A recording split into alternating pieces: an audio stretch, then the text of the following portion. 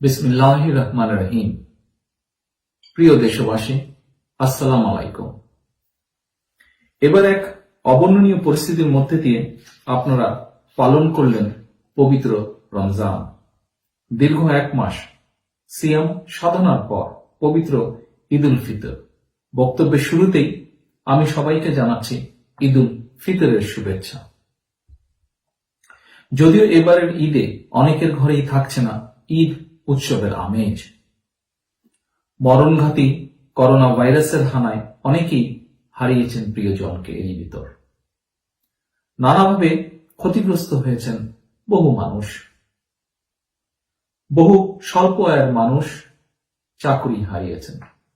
বহু অল্প আয়ের ব্যবসা বাণিজ্যের ব্যবসায়ীরা হারিয়েছেন তাদের ব্যবসা বাণিজ্য। অপরদিকে ক্ষমতাসীন অপশক্তির গুম, খুন, অপহরণ আর জেল জুলুম অনেক পরিবারকে দিয়েছে নিঃস্ব করে। এমন হৃদয় বিদারক পরিবেশের মধ্যে দিয়ে কাটছে মানুষের অনিশ্চিত প্রহর। একদিকে করোনা ভাইরাস আতঙ্ক, অন্যদিকে খাদ্যাভাবে ঘরবন্দি অসংখ্য অগণিত মানুষের হাহাকার। এরই ভেতর দেশের দক্ষিণ অঞ্চলের জেলাগুলিতে ঘূর্ণিঝড় আমপানের আঘাতে জনজীবনে নতুন করে বিপর্যয়ের সৃষ্টি হয়েছে। এমন অমানবিক পরিস্থিতি মোকাবেলায় সময়ের দাবি হল দলীয় রাজনৈতিক স্বার্থের ঊর্ধ্বে উঠে দল, মত, ধর্ম, বর্ণ নির্বিশেষে একে অপরের প্রতি সহানুভূতি ও সহমর্মিতা প্রদর্শন। সতর্কতা, সহায়তা, মানবিকতার চেতনায় অসহায় মানুষের প্রতি সহযোগিতার হাত বাড়িয়ে দেওয়া। বিশ্বের প্রতিটি দেশ, প্রতিটি মানুষ এক কঠিন সময় পার করছে। মরণঘাতী করোনা ভাইরাস আতঙ্কে বিশ্বের দেশে দেশে শত শত কোটি কোটি মানুষ আজ ঘরবন্দি। এমন আতঙ্কের পৃথিবী অতীতে কখনো কেউ দেখেছে এমন একজন মানুষও হয়তো বর্তমান পৃথিবীতে খুঁজে পাওয়া যাবে না। বিগত এক শতকে দুটি বিশ্বযুদ্ধ হয়েছে। সেই যুদ্ধ ছিল দৃশ্যমান শত্রুর বিরুদ্ধে, আর এখন সম্পূর্ণ ভিন্ন চিত্র। প্রিয় দেশবাসী, এক অদৃশ্য শত্রুর মোকাবেলায় প্রতিটি দেশ নিজেদের মতো করে প্রস্তুতি নিয়েছে। যে দেশের সরকার যত বেশি জবাবদিহিমূলক, জনবান্ধব, গণমুখী এবং দায়িত্বশীল, সে সব দেশের নাগরিকগণ নিজেদেরকে তত বেশি নিরাপদ মনে করেন। কিন্তু বাংলাদেশের বর্তমান সরকার জবাবদিহিমূলক কিনা, কিংবা করোনা ভাইরাস মোকাবেলায় কতটা প্রস্তুত, এ নিয়ে নাগরিকদের মনে রয়েছে এক বিরাট প্রশ্ন। বরং জনগণ দেখেছে করোনা ভাইরাস আতঙ্কিত মানুষ এক হাসপাতাল থেকে আরেক হাসপাতাল ঘুরতে ঘুরতে চিকিৎসা না পেয়ে পথের মধ্যেই ঢলে পড়েছে মৃত্যুর কোলে। এর আগে গত 24শে মার্চ আমি করোনা পরিস্থিতি মোকাবেলা নিয়ে বেশ কয়েকটি প্রস্তাব উপস্থাপন করেছিলাম। পরিস্থিতির ভয়াবহতা উপলব্ধি করে আমি স্পষ্ট করে বলেছিলাম, দেশের এই সংকটময় পরিস্থিতিতে দেশ এবং জনগণের স্বার্থে সবাইকে যে কোনো মূল্যে ঐক্যবদ্ধভাবে ভূমিকা রাখতে হবে। এটি সময়ের দাবি। প্রিয় দেশবাসী, বর্তমানে দেশের কোটি কোটি পরিবারে অসংখ্য মানুষের দিন কাটছে অর্ধাহার অনাহারে। ক্ষুধার যন্ত্রণায় করোনা ভাইরাস সংক্রমণের ভীতি উপেক্ষা করেও এক মুঠো খাবারের দাবিতে অসহায় মানুষ নেমে আসছে রাজপথে। বাড়ছে বুভুক্ষ মানুষের হাহাকার। দেশে চলছে নীরব দুর্ভিক্ষ পরিস্থিতি। এমন পরিস্থিতিতেও সারা দেশে ক্ষমতাসীন দলের নেতাকর্মীরা মেতেছে ত্রাণের চাল চুরি উৎসবে। নানা কৌশলে আত্মসাৎ করেছে অসহায় মানুষদের জন্য বরাদ্দ সরকারি টাকা। সরকারিভাবে গরিব কৃষকদের কাছ থেকে ধান ক্রয়ের জন্য করা তালিকাতেও চলছে জালিয়াতি। মানুষের এমন ঘোর বিপদকালেও ক্ষমতাসীন দলের নেতাকর্মীদের চুরি দুর্নীতি প্রমাণ করে এই দল এবং সরকার এখন সম্পূর্ণভাবে লুটেরা পরিবেষ্টিত। ক্ষমতাসীনদের দাবি, গত এক দশকে তারা নাকি বাংলাদেশকে বিশ্বের কাছে একটি মডেল রাষ্ট্র হিসাবে উপস্থাপন করেছে। তবে করোনার করাল গ্রাস যখন মানুষকে মানবিক হতে শিখিয়েছে, ঠিক সেই সময়টিতে বাংলাদেশে যখন গরিব মানুষের ত্রাণ চুরির কারণে আন্তর্জাতিক মিডিয়ার সংবাদ শিরোনাম হয়, তখন নাগরিকদের মনে প্রশ্ন জাগে, বাংলাদেশ কাদের কাছে, কিসের মডেল? চাল চুরি নাকি গরিবের ত্রাণ চুরি? প্রিয় দেশবাসী, একদিকে করোনা ভাইরাস সংক্রমণের আতঙ্ক আর অপ্রতুল চিকিৎসা ব্যবস্থা, অপরদিকে অসংখ্য মানুষের ঘরে ঘরে প্রয়োজনীয় খাদ্য সামগ্রীর অভাব। এমন পরিস্থিতিতে মানুষের প্রতিটি দিন কাটছে ভয়, ভীতি এবং আতঙ্কে। তাই আপাতত এই সময় ক্ষমতাসীনদের অপকীর্তি, অনাচারের দীর্ঘ ফিরিস্তি তুলে ধরতে চাই না। তবে লকডাউনের এই দুঃসময়টিতে মানুষের যখন অর্থনৈতিক সহায়তার ভীষণ প্রয়োজন, তখন ক্ষমতাসীনদের কয়েকটি মেগা লুটপাটের ঘটনা উল্লেখ না করলেই নয়। গত এক দশকে দেশ থেকে পাচার হয়ে গেল প্রায় 9 লক্ষ কোটি টাকা। বাংলাদেশ ব্যাংকের রিজার্ভ ফান্ড থেকে লোপাট হয়ে গেল 800 কোটি টাকারও বেশি। বাংলাদেশে এই মুহূর্তে খেলাপি ঋণের পরিমাণ প্রায় 1 লক্ষ কোটি টাকা। সরকারের প্রশ্রয় কয়েকটি ব্যাংকের মূলধন পর্যন্ত হজম করে ফেলা হয়েছে। শেয়ার বাজারের শত শত কোটি টাকা যারা লুট করেছে, তারা সম্পূর্ণভাবে ধরাছোঁয়ার বাইরে। খোদ সরকারি পৃষ্ঠপোষকতায় লুটেরা দল এভাবে দেশের লক্ষ লক্ষ কোটি টাকা পাচার, লোপাট আর লুটপাট করার সুযোগ না পেলে জনগণকে হয়তো বর্তমানে অর্ধাহার অনাহারে দিন কাটাতে হতো না। ক্ষমতাসীনরা ক্ষমতায় থাকার জন্য দুর্নীতি, ক্ষমতা রাখার জন্য দুর্নীতি, ক্ষমতা দীর্ঘায়িত করতে দুর্নীতি, এইভাবে প্রতিটি পদে পদে দুর্নীতির মাধ্যমে সরকার দৃশ্যত দুর্নীতিকে নীতি হিসাবে গ্রহণ করেছে। প্রতিবাদী জনগণের পেছনে র্যাব পুলিশ লেলিয়ে দিয়ে ক্ষমতাসীনরা এতদিন যে কোনো ঘটনা ধামাচাপা দেওয়ার চেষ্টা করত, কিন্তু র্যাব পুলিশ দিয়ে করোনা ভাইরাস মোকাবেলা সম্ভব নয়। ফলে বর্তমান জাতীয় সংকটকালে প্রতিটি ক্ষেত্রেই ক্ষমতাসীনদের অযোগ্যতা আর ব্যর্থতা স্পষ্ট হয়ে উঠেছে।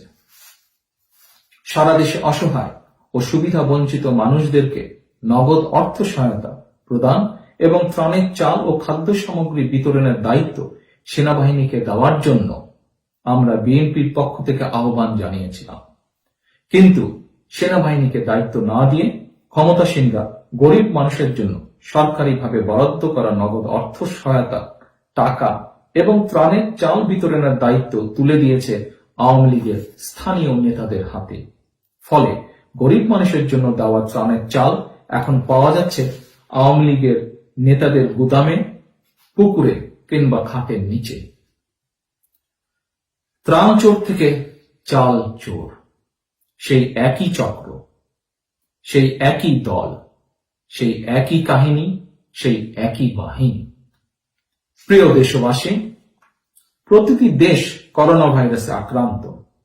করোনা ভাইরাসের চিকিৎসায় এখন পর্যন্ত বিশ্ব স্বীকৃত কোনো মেডিসিন আবিষ্কৃত হয়নি। এই অবস্থায় সব দেশই করোনা ভাইরাস মোকাবেলায় প্রতিরোধমূলক ব্যবস্থাকে অগ্রাধিকার দিচ্ছে। প্রতিদিন বেশি সংখ্যক মানুষকে টেস্টের আওতায় এনে করোনা উপসর্গ থাকলে আগেভাগে আইসোলেশনে নেওয়া কিংবা প্রয়োজনীয় ব্যবস্থা গ্রহণকে অন্যতম সাফল্য বলে মনে করা হচ্ছে। অথচ বাংলাদেশের চিত্র ঠিক উল্টো। মানুষ নিজ উদ্যোগে করোনা ভাইরাস পরীক্ষা এবং করোনা চিকিৎসা করাতে গিয়েও নানা বিড়ম্বনার শিকার হচ্ছেন। অনেকেই বলছেন বেশি সংখ্যক মানুষকে টেস্ট করলে বেড়ে যাবে শনাক্ত হওয়া করোনা ভাইরাস আক্রান্ত রোগীর সংখ্যা। এ কারণে অধিক সংখ্যক মানুষকে টেস্টের আওতায় আনা হচ্ছে না। সুতরাং সক্ষমতা না থাকায় অধিক হারে করোনা টেস্ট করানো যাচ্ছে না, নাকি এর পেছনে সরকারের অন্য কোনো উদ্দেশ্য আছে, এটি স্পষ্ট হওয়া প্রয়োজন। অন্যথায় উদ্বেগের বিষয়টি হল, নানা অজুহাতে করোনা টেস্ট না করে কিংবা টেস্ট করতে গড়িমসি করে সরকার হয়তো করোনা ভাইরাসে আক্রান্তের সংখ্যা এবং মৃতের সংখ্যা কম দেখিয়ে মেকি সাফল্য লাভ করতে চায়। কিন্তু এর পরিণতি হতে পারে হিতে বিপরীত। তাই দেশ এবং জনগণের স্বার্থে আমি এ বিষয়ে সরকারকে সতর্ক করে দিয়ে বলতে চাই,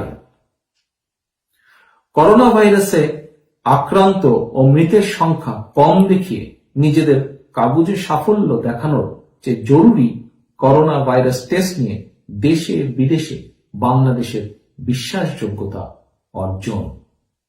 কারণ গ্লোবাল ভিলেজের এই সময় করোনা টেস্টের ব্যাপারে আন্তর্জাতিক বিশ্বে বাংলাদেশের বিশ্বাসযোগ্যতা হারালে ভবিষ্যৎ নাগরিকদেরকে অত্যন্ত চড়া মূল্য দিতে হতে পারে।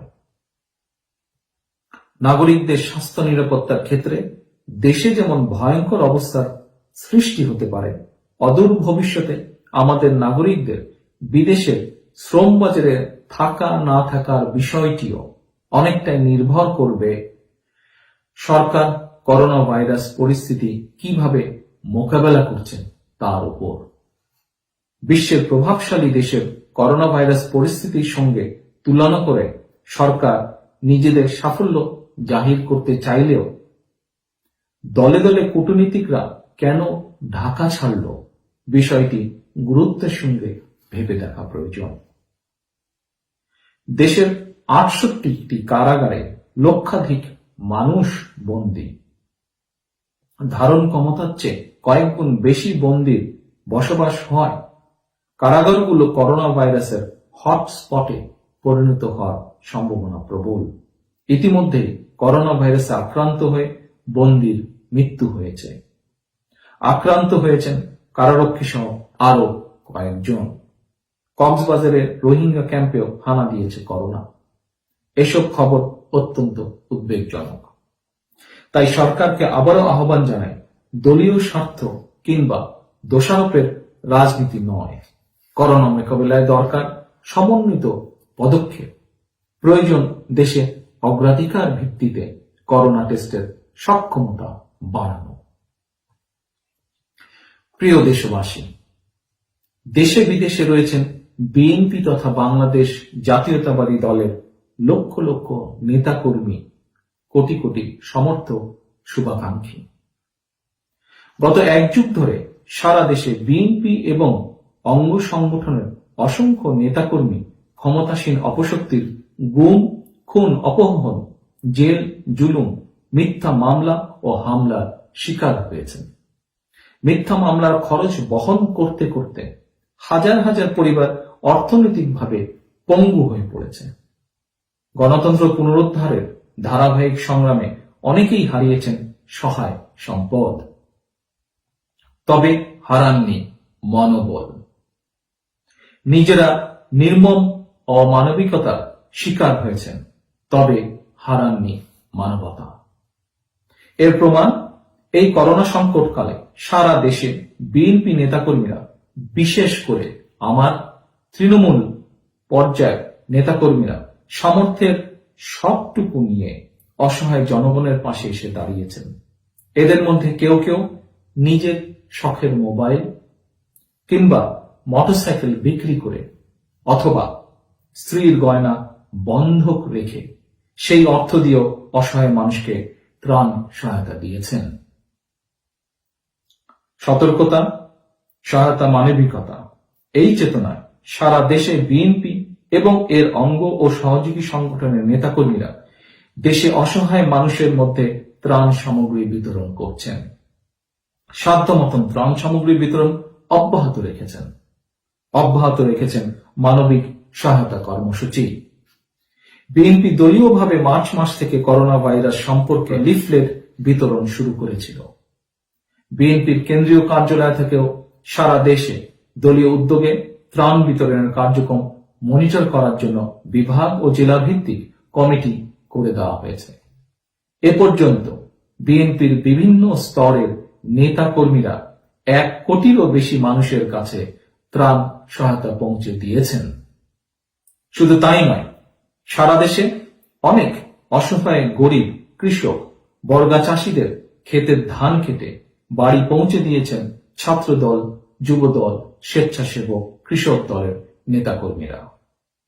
Zia Rahman foundation, doctors association of Bangladesh, ড্যাবের মতন পেশাজীবী সংগঠনগুলো হাসপাতালগুলোতে পিপিই, সার্জিক্যাল মাস্ক, তৈরি খাবার সরবরাহ, অনলাইন চিকিৎসা পরামর্শ, হাত ধোয়ার জন্য বিভিন্ন স্থানে বেসিন স্থাপন সহ সম্ভাব্য সব ধরনের সহযোগিতা অব্যাহত রেখেছেন। গত 1 যুগ ধরে ক্ষমতাসীন অপশক্তির রাজনৈতিক, সামাজিক, অর্থনৈতিক নিপীড়নের শিকার হবার পরও দেশের এই সংকটকালে আমার দলের সর্বস্তরে নেতাকর্মীরা যেভাবে সম্পূর্ণ নিজেদের আর্থিক সামর্থ্যে নিজ উদ্যোগে সারা দেশে বিপদাপন্ন মানুষের প্রতি সহায়তার হাত বাড়িয়ে দিয়েছেন, এমন মানবতাবাদী নেতাকর্মীদের নিয়ে আজ আমি সত্যি আনন্দিত, আজ আমি সত্যি গর্বিত। করোনা উপসর্গ নিয়ে কিংবা করোনা আক্রান্ত হয়ে কেউ মারা গেলে যখন কেউ ভয়ে দাফন পর্যন্ত করতে চাননি, এমন অন্তিম যাত্রাও আমার দলের নেতাকর্মীরা সাহসের সঙ্গে দায়িত্ব নিয়ে মৃতের দাফন কার্য সমাধান করেছেন। আমি বিশ্বাস করি যে দলে এমন মানবিক বোধ সম্পন্ন নেতাকর্মী রয়েছেন, সেই দলটিকে কেউ দাবিয়ে রাখতে পারবেন না।